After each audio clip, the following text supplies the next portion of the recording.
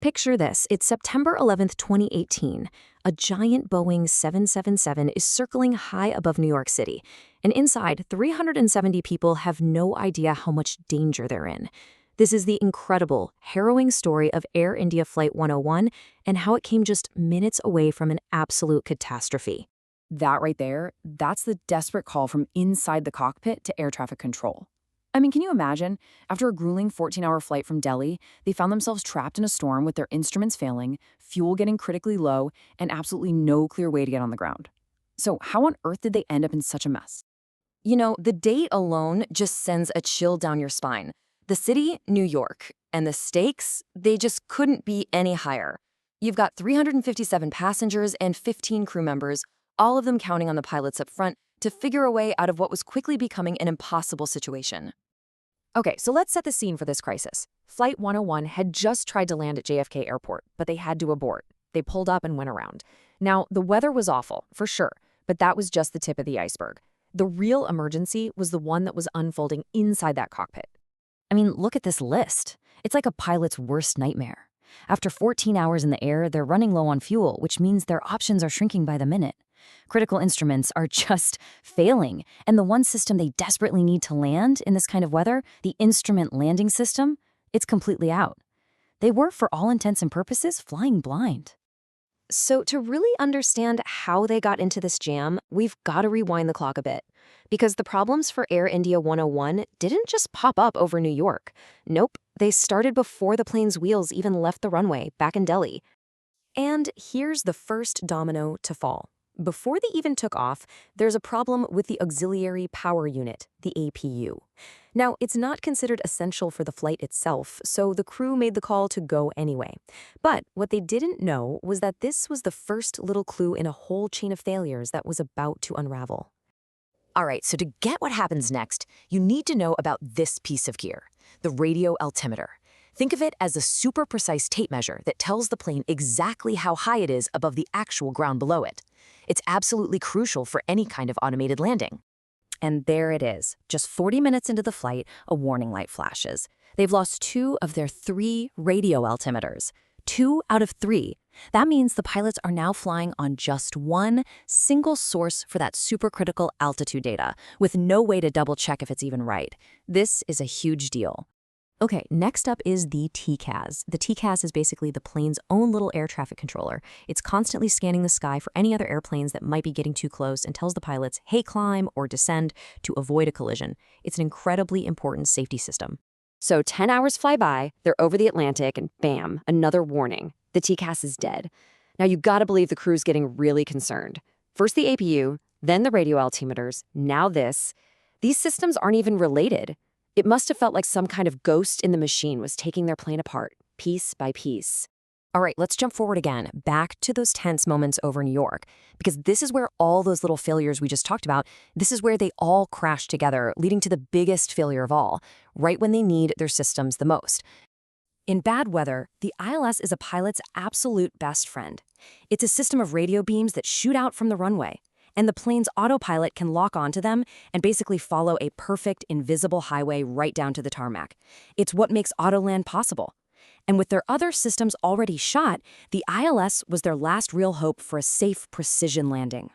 So, they're lining up for JFK and nothing. The plane just won't lock onto the ILS. It's gone.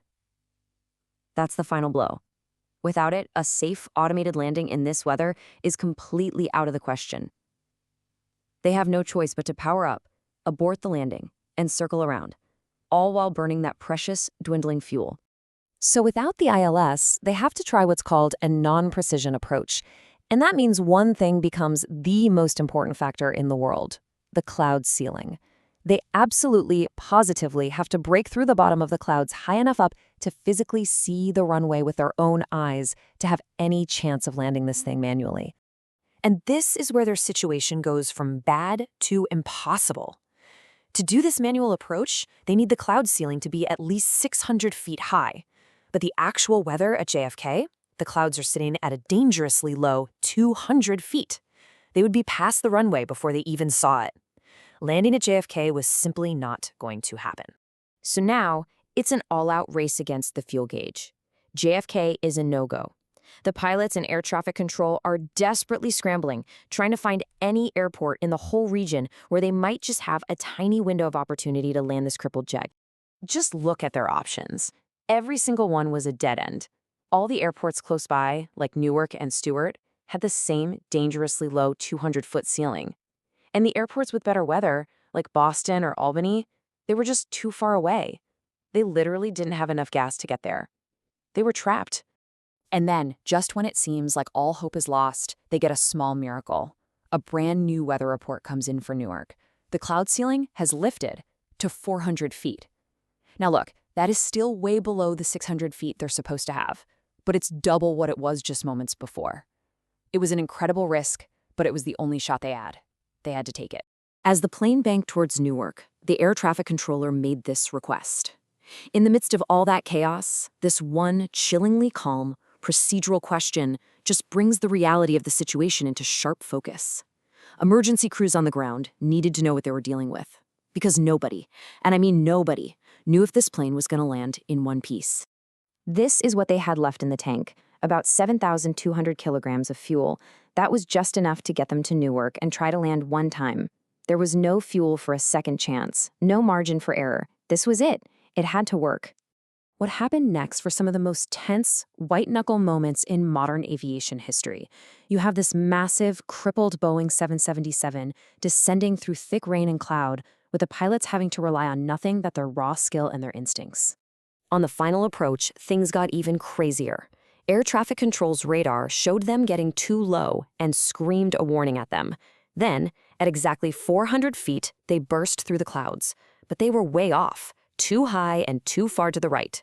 With literally seconds to spare, the captain physically manhandles the plane, shoving the nose down and yanking it to the left, wrestling this giant jet into alignment. And somehow, against all odds, they touch down, safely. And if you think that story isn't wild enough, get this. Just 10 minutes after they were safely on the ground, a monster thunderstorm rolled in and completely shut down the airport. Any further delay, even by a few minutes, and a safe landing would have been completely impossible. Their window was that narrow. You know, the story of Air India 101 is so much more than just a dramatic close call. It's a really powerful reminder of something important. In a world where we rely more and more on automation to do everything for us, this whole incident makes you stop and ask a pretty critical question. When all that technology we count on just completely falls apart, what is the real value of human skill, of cool-headed thinking, and of people working together?